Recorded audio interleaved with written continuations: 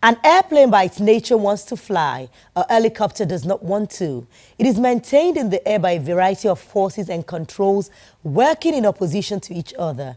And if there is any disturbance in this delicate balance, the helicopter stops flying immediately.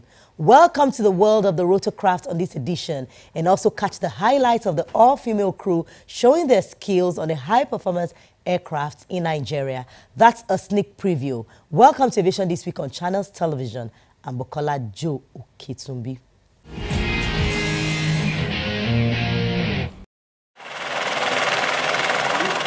Historically, the Focke-Wulf FW-61 was the first helicopter to operate in 1936.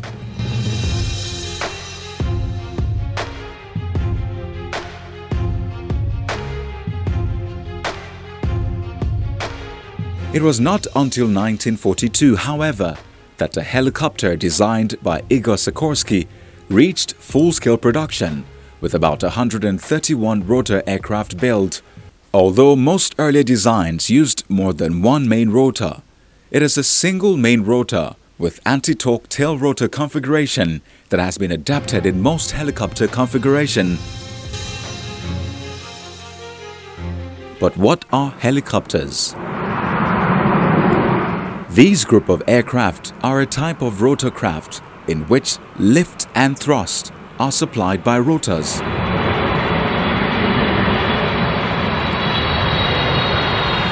This allows the helicopter to take off and land vertically, to hover, fly forward, backward and laterally.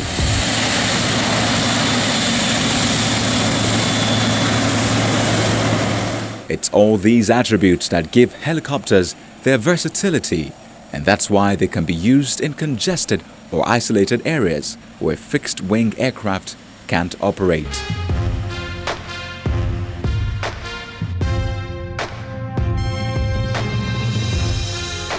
Helicopters fly at lower levels, and fixed-wing airplanes would naturally fly at higher levels. And the simple, difference is this. Fixed-wing airplane would need an airport to land. So the higher you are, the better for you. Should you lose engine or have reason to glide to another airport? So because you're at the higher level, it gives you an ample of time to be able to glide to the alternate airport or the nearest airport around you. Beyond these, helicopters are also used to combat wildfires. They are used as ambulances in medical emergency situations, where an ambulance cannot easily reach the scene.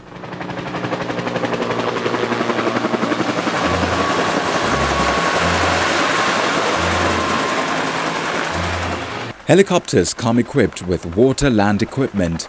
In the case of an emergency, water landing in the broadest sense is referred to as ditching. The number, size and types of engines used on a helicopter determines the size and function, as well as capability of that helicopter design. Early helicopter designs utilized custom-built engines or rotary engines designed for planes. Subsequently, early successful helicopter began using the smallest engines available.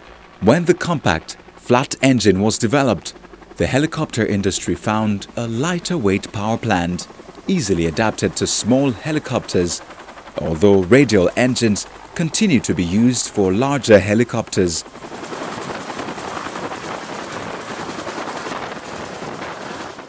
As a machine, the helicopter has 4 flight control inputs.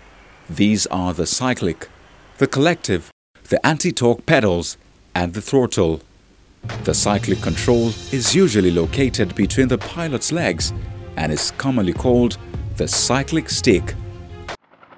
However, the Robinson R22 and Robinson R44 have a unique Tetrine bar cyclic control system. As with any moving vehicle, unsafe operation can result in loss of control, structural damage, or loss of life.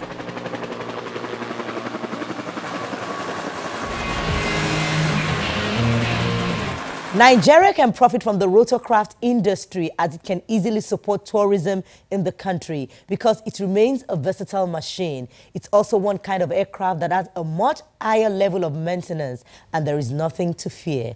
That's coming from our guest. Helicopter generally is the safest means of travel. It's slower than an airplane, but you can actually, even if you have engine failure, helicopter, you can bring it down quietly without any problem. We have helicopters like this type that carries 12 passengers. We have the ones that carries 2. We have the ones that carry 4. It's the best, as long as you have a football field, you can put an helicopter there. So it's easier for easy access. Take for example from Lagos to, when I'm in Lagos, VI with the traffic, Brazil has the largest number of helicopters in the world. And the reason being, if you're in Sao Paulo from 6 a.m. to 8 a.m., you count at least 200 helicopters flying, doing shuttles. Every rooftop in Brazil in Sao Paulo has helipad because the traffic in Brazil in Sao Paulo is like the traffic in Lagos. The CEOs move through the helicopters, and once they move, then by 8 o'clock you find that the helicopters die down. Then by 3:30 you start seeing them again. This is capable, is the first fully air-conditioned helicopter we have in Nigeria. So, and it's capable for search and rescue.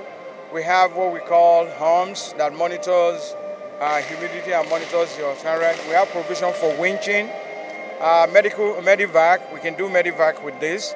We can do transportation, utility, chartering, and the normal oil and gas. Because in helicopter, you use all your body, your legs, your hands is being used. And it's a different philosophy because everything moves in helicopters, which is part of the reason why it's scary. So if you have a pilot that flies fixed wings and a pilot that flies helicopter, they are real pilots because they know it's not just any aeroplane pilot you can put on helicopter pilot. It's not done. So if you have a pilot that does both, it's a good pilot. The maintenance on helicopter is a little bit tedious than a fixed wing because on a fixed wing, maybe once in 6 months.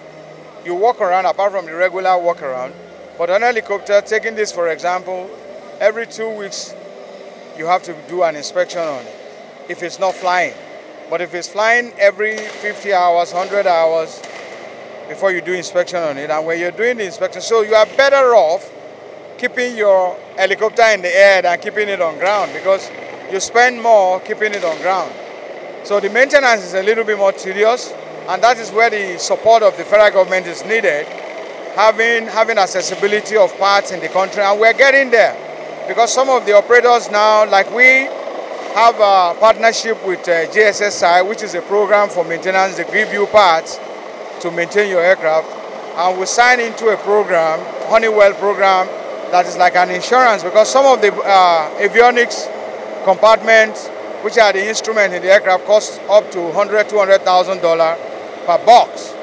But if you are in those programs, you only spend $60,000 a year and you get all those boxes for free. They replace it for free, AOG, which is aircraft on ground, 24/7, you are supported.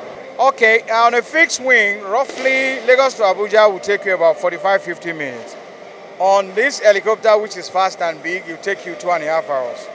And on a fixed wing, you can go up to 30, 20,000, 40,000 feet. But on this one, since it's not pressurized means there are a lot of holes that air goes in there. So you're only allowed up to 10,000 maximum. But most cases, if you're on 6,000, 9,000, you enjoy it smooth. And you see what's going on the ground. So which is part of the benefit of helicopters. Helicopter is the best tool to do tourism in Nigeria. You can go around Nigeria in 4 or 5 hours. Different state, different tourist area, they go there. The problem that will be there is fueling because some of these helicopters have maximum of 4 hours to fly because of the build, and some even 3 hours. It's not like a fixed wing that you have up to 8 hours.